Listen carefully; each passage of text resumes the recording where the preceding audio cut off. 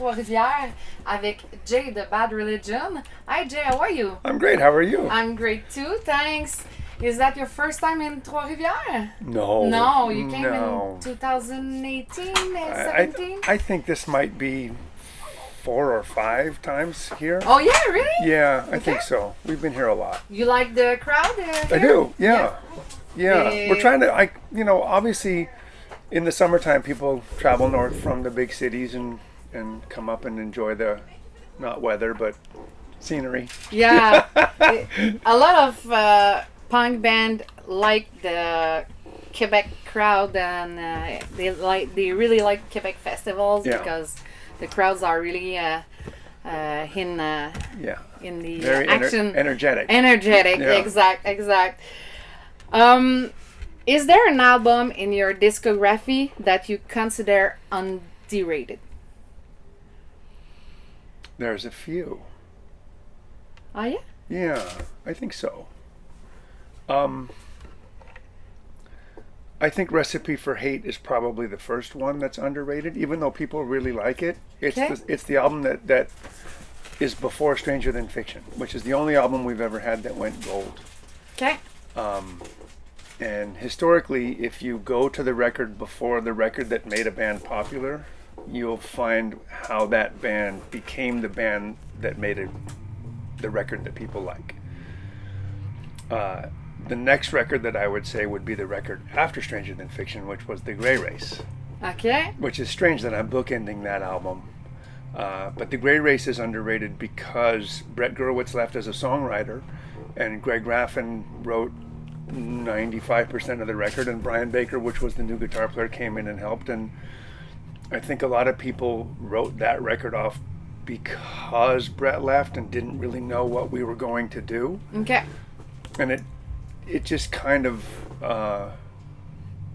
it didn't hit the same stride. So even our record label was like, oh yeah, that record. We're like, oh, that was a great record. Okay. So those two. Okay. And in all the song of the history of the Bad Religion history, you have one song that you told, oh, this song we cannot play that in show, it's too much for the new generation or something like that. I mean, we have I think we have almost 400 songs. Yeah. So that's a lot. There's a few of those. The first one would have been 21st Century Digital Boy. Okay. Honestly, when Brett wrote that, we were like, yeah, no, we're never playing that song. Oh yeah. Why? It just was like a mid-tempo rock song that we didn't really understand. We were like, what is this? And it was just kind of, not that it was unlike what we had done previously, it just wasn't really fitting what we were doing at the time, which what we learned later was, and those are the ones that matter. Okay. Okay. Right? It's the oddball songs that sort of come out and stand out.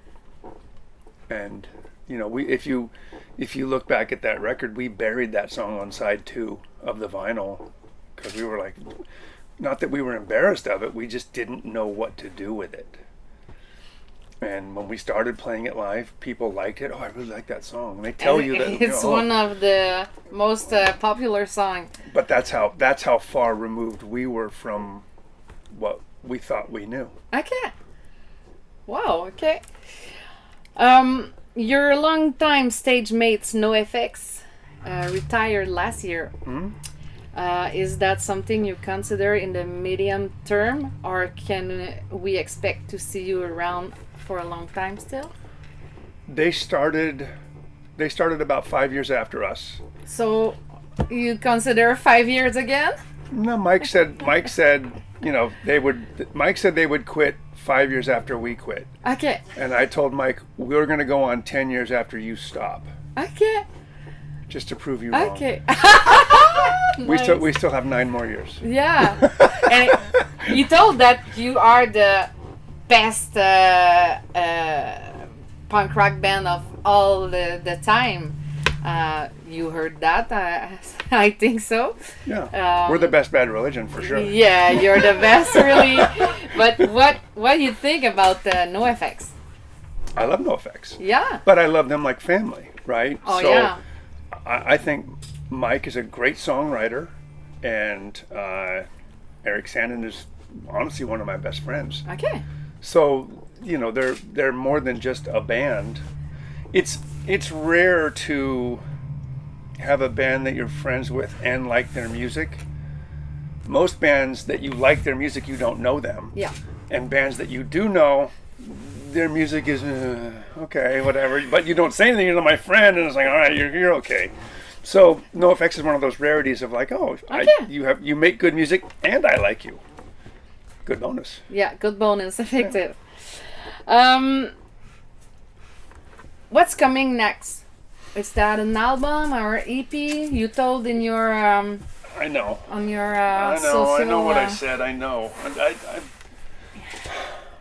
honestly,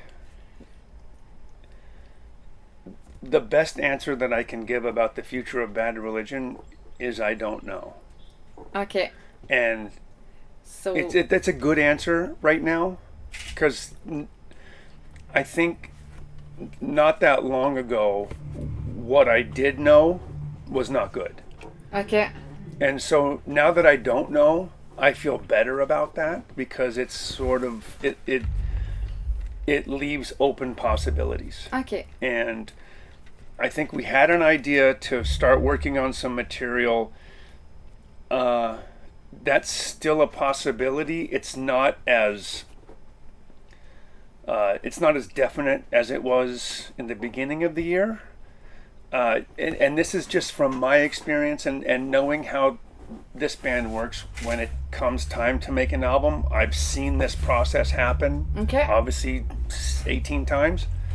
So I know how it works, and that didn't materialize. There's this spark that happens and songs start flying, and it just is, you're looking forward to making this record, and I don't know where everybody's head is at right now. Okay, so you work on something, but we don't know if it's gonna be an album or EP or single or. I have no idea. Okay. I mean, even though just in general speaking, with Brett Gurewitz, who owns our record label and is our guitar player and is the main, one of the main songwriters, we had talked about the fact that now that everything is on streaming services and you don't really make albums anymore, do you have to go into the studio and record 16 songs? Can you go into the recording studio and make 3 songs and just put them out on Spotify and be like, okay, 3 songs, and then go at some point later and do 2 more songs? That is also a possibility. I don't know if that will work out that well, because we did that before the last record, and I think one of the problems with it is that the song that you record is the song that you're going to put out. And when we go into the studio, we can vet like 30 songs and choose the 16 that we really like. And if you go into the studio and record 3, you're going to put all 3 of those out. Okay.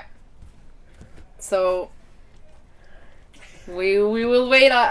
We will wait. Just like me. We will wait. And that, me too. With the world being so divided today, do you still believe music has the power to bring about change again, like 40 years ago? 40 years ago, I thought music could change the world. 35 years ago, I thought basically all you got out of it was ripped jeans and short hair. Okay. and it didn't really change that much. Fashion. I don't know if it changed people's minds that much. Okay. I think that music can have the power to bring people together that feel the same way. I just don't know if music has the power to change someone's mind that feels differently. Does that make sense? Yeah. So it makes sense. I would wish that there was someone that could come along with a magic flute and change everything. Yeah. But I don't see that coming. No. And the music, you don't have flute in your band, so No magic flute. no magic flute. So I would like to think that at the very least, a band can fill a void in your soul about something that you feel that you can't quite put into words. Because that's how I feel about music. When I listen to bands that I like and artists that I like, they make me feel better about the way I feel. Okay. Okay. So I don't know if that's change or just positive reinforcement. Okay. I have to make a really thank you for that interview. And welcome in Quebec and enjoy your show tonight.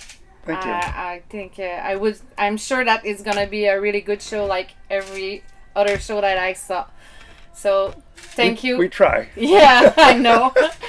Thanks a lot. We try. Of Thanks course. a lot, Thank Jay. you so much. Bye tout le monde. Okay. Ciao.